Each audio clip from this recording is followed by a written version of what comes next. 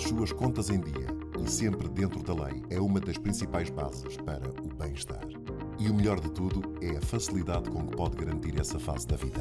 Explicar e entender em conversa simples e descontraída é o objetivo do Contas a Direito com Madalena Marques. Estamos aqui para ajudar e, portanto, dúvidas que tenham, podem colocar-nos. E Manuel Gomes. O que é que se pode fazer e onde é que podemos cair no erro? Pensamos que estamos a fazer tudo bem e estamos a fazer de forma errada. Na radioava.global.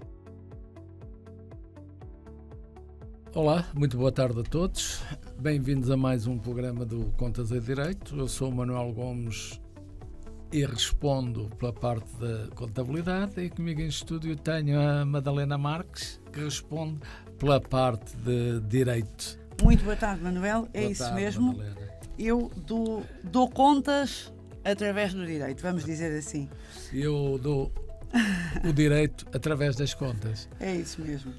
Um alerta para os nossos ouvintes e telespectadores de que as opiniões que transmitimos aqui são generalistas.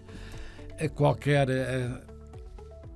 coisa mais específica deverão contactar. Casos concretos, claro. Casos concretos deverão contactar os nossos colegas especialistas e tentamos só.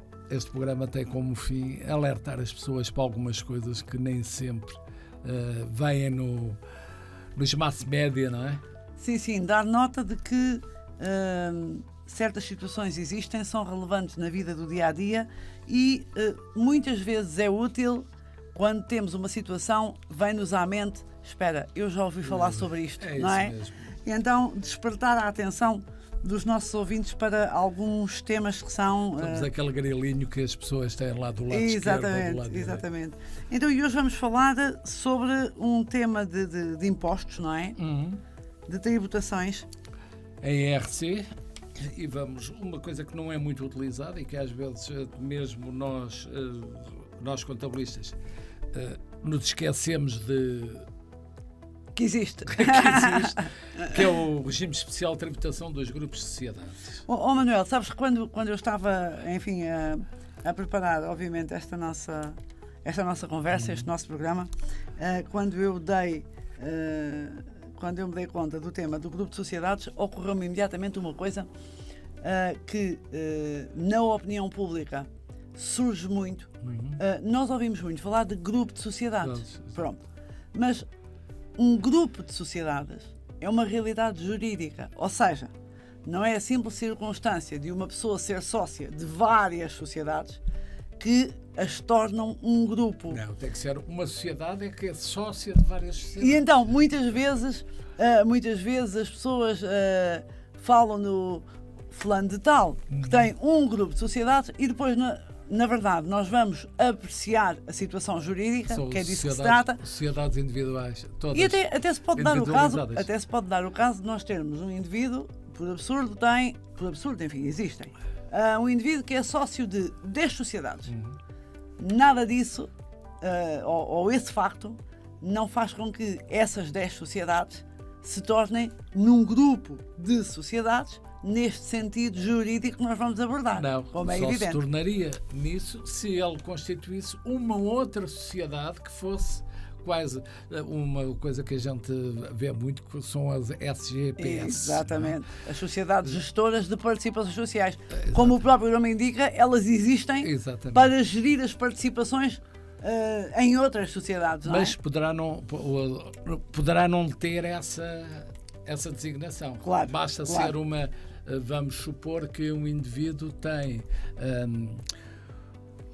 10 sociedades, como estavas a dizer, e depois decide criar uma sociedade e as cotas que ele tinha nessas 10 sociedades transfere-as para aquela sociedade. Claro.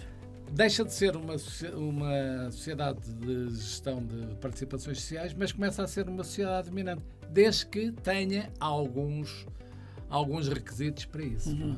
Exatamente. Mas pode ser uma sociedade criada. Como que as outras se tornam subordinadas, vamos dizer assim. É uma das questões. Aliás, podemos dar aqui o sinal que para haver um grupo de sociedades tem que haver uma sociedade que detenha direta ou indiretamente, também pode ser indiretamente, pelo menos 75% do capital de outra ou outras sociedades ditas dominadas. Claro. E desde que a tal participação lhe confira um direito de mais de 50% dos votos.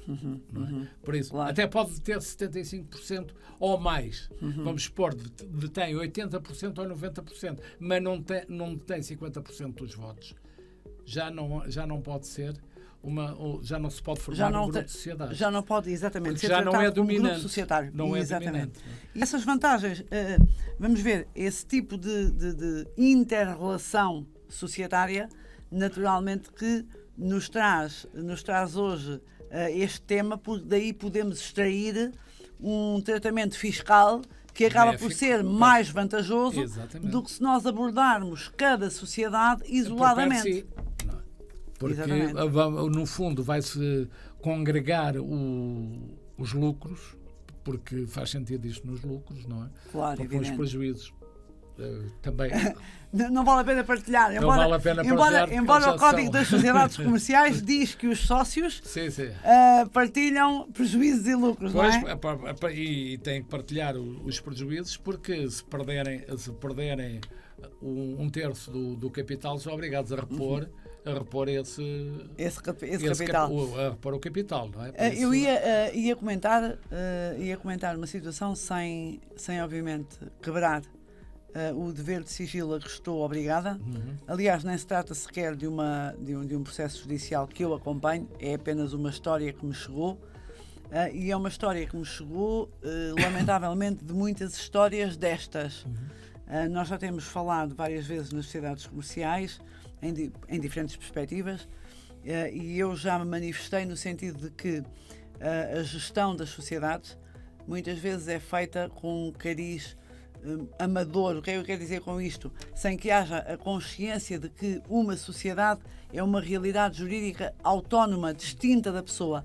E, portanto, não se confunda, ainda que seja uma sociedade unipessoal, ela continua a ser uma realidade jurídica e económica distinta. Sim, e ainda não pode ser um bolso para a pessoa individual e outro bolso para a empresa. Exatamente. E chegou-me recentemente mais uma história bastante preocupante, de alguém que assumiu a condição de gerente. Nós também já temos aqui alertado muito para isto.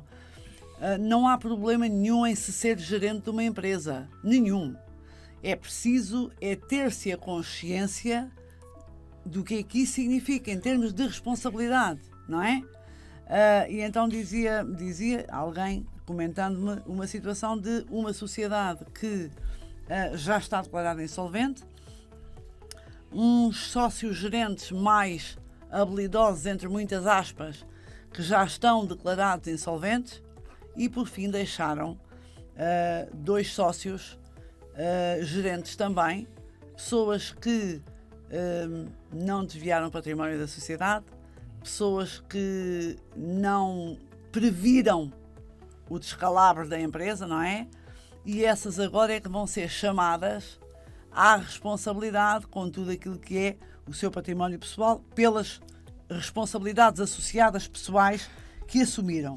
Isto, mais uma vez, para dar nota de que... Mas eles só vão responder pela parte em que são... Não, é responsabilidade pessoal. pessoal, No caso, pronto, já atingiu um ponto, já atingiu um ponto que é pessoal. Okay. Isto só para dar nota de que estas realidades que nós hoje aqui estamos a falar sobre a possibilidade da interação entre as empresas, esta interação é legítima, é lícita, sim. E os ganhos tributários que daqui se podem extrair são igualmente lícitos. Portanto, não estamos aqui a falar de esquemas. Não. Estamos aqui a falar de esquemas para que as sociedades deixem de pagar impostos. Não. Ou de qualquer outra forma. Até posso ler aqui que há uma limitação à detectabilidade de gastos de financiamento aos gastos de financiamento líquidos do grupo. Por exemplo, do artigo 67 para que não se esvazie completamente, não é? Portanto, essa limitação diz, quando se aplica o RETGS, a sociedade dominante pode optar por aplicar este regime aos gastos de financiamento líquidos do grupo para efeitos da determinação do lucro tributável ao invés da aferição ser efetuada numa base individual.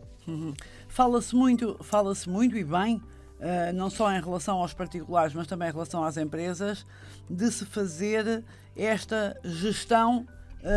A palavra que se usa não é a gestão, é a planificação, não é? A planificação. E faz todo o sentido. Planificação fiscal. Não é? A planificação fiscal, que no fundo é uma gestão para percebermos.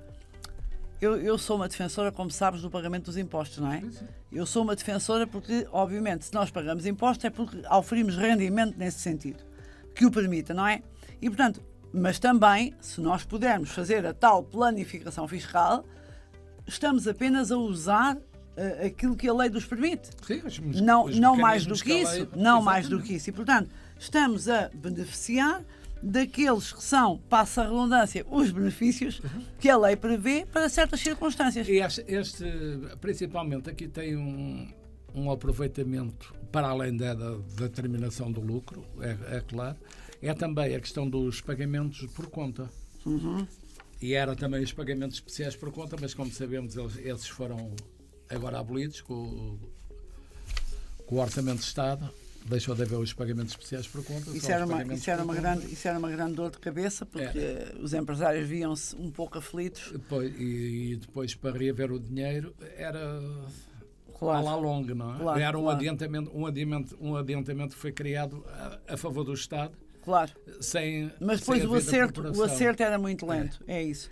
Manuel, isso, eu lamento, mas tenho que te dizer que temos que Já terminar acabamos. este programa, Pronto. que o nosso tempo já terminou. Como sempre, nós estamos acessíveis nas redes sociais, estamos acessíveis em radioava.global. Mais ou menos, dizes tu, a que horas? 18 horas, todas as sextas-feiras. Todas as sextas-feiras. E estamos também no YouTube, estamos também em tudo quanto é redes sociais e estamos sempre disponíveis para receber propostas sobre temas que as pessoas gostem de ver abordados. Exato. Porque temos aquele espírito do serviço público, não é? Exato. Manuel, muito obrigada Obrigado, e até breve. Madalena, até breve.